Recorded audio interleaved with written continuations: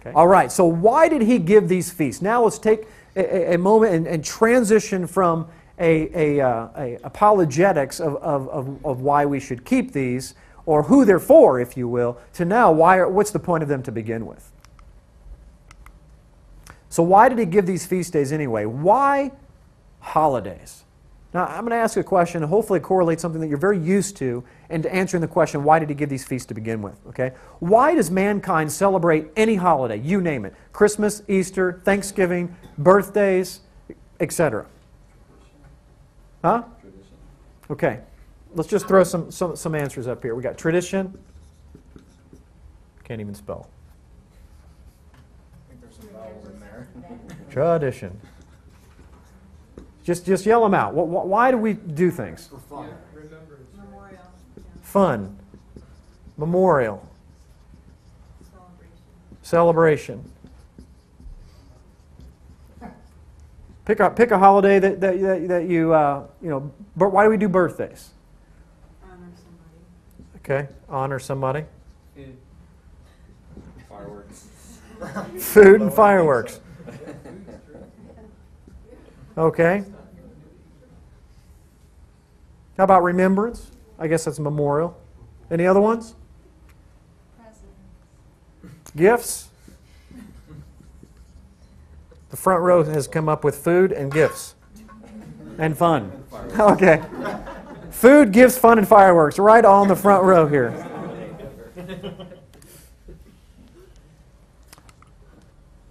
Well, let me ask a question. Why not? You see, we do holidays. Everybody recognizes the word holidays comes from holy days.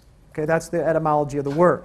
So from holidays to holy days, why not holy days? Because if man's holidays are designed to get together with the family, spend quality time with one another, express love, giving good food, giving gifts, having fun, and a memorial, okay, honoring one another, if all of those are designed inside of man's traditions, man's holidays, how much more, ladies and gentlemen, does God want us to spend special time with Him for the same reasons? I'm going to submit to you that all of the incredible ideas that we have come up with within mainstream Christianity are great ideas. But how much better would they be if we kept His calendar? Remember I said He's okay with us having our own calendar. But we need to recognize that His calendar trumps our calendar. His calendar should be more important than our calendar. So if something is honoring on our calendar and we find value on something that's on our calendar, how much more value do you not think He's already thought of that? So we like to have fun. We like to give gifts. We like to honor people. Do you not think the Heavenly Father wants to do and have the same things for His own children? Or do you think that 7 times a year He wants to put us in bondage? You've been serving me faithful. Sit in the corner for 1 week. Don't get up. No.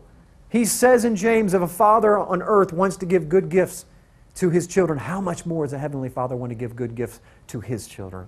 These are designed, these feast days, these holy days, these festivals, these calendar appointments are designed for all of those reasons. It's to get together with the family. It's to force the family to get together. It's to bring reconciliation. It's to bring unity. It's going to bring community. All of these things. The value in the feast days goes on and on. That, my friends, is why He created them to begin with. Where do you think we got the ideas of all these man-made holidays anyway? Where do you think Christmas came from? Where do you think Easter came from? Where do you think Thanksgiving came from? These holidays have an origin. They're drastically twisted to not look like its origin, but if you take them back and untwist them, you see where they came from. We did not make these up, you see. And lastly, annual holidays, annual holy days, create rhythms and cycles. You see, when we're dealing with the Bible, when we're dealing with everything, this is what we have. Seconds, minutes, hours, days, months, years. Okay? Even our planets, everything exists in the solar system is on patterns and cycles. It's cyclical. Everything goes in circles. Why? Because it's very simple. He knows we'll forget. So He reminds us every year to get together for this purpose. And every single one of these is a remembrance and a memorial to Yahweh to get us back where we need to be. Because when the hand hits 60 after it traveled to 360 degrees, what does it do? It starts over. Another pattern, you see? And something is created, a minute. And then a minute happens and it's created. Why do you celebrate your birthday? To remember, to honor. If you never celebrated a birthday or you never celebrated, if you never got together with the family, everything would be disconnected in your life. You see, we as human beings understand tradition. That's why we have tradition, because there's value in connectivity. We want to be together. Ancient man probably huddled around a fire, they say, together, because you're warmer when you're together, especially around a fire. Okay? So they create rhythms and cycles. That's what Yahweh's trying to do, because He knows if He can get His people walking in rhythm together. Anybody know? It's just dawning on me how many times they marched around Jericho. Huh? Isn't that interesting? They went in circles, a cycle, 7 times. Anybody know how many holy days there are on God's calendar? 7. You see? Do you not think that there's a prophetic significance to the fact that the walls came tumbling down on the 7th time? What does Jericho represent?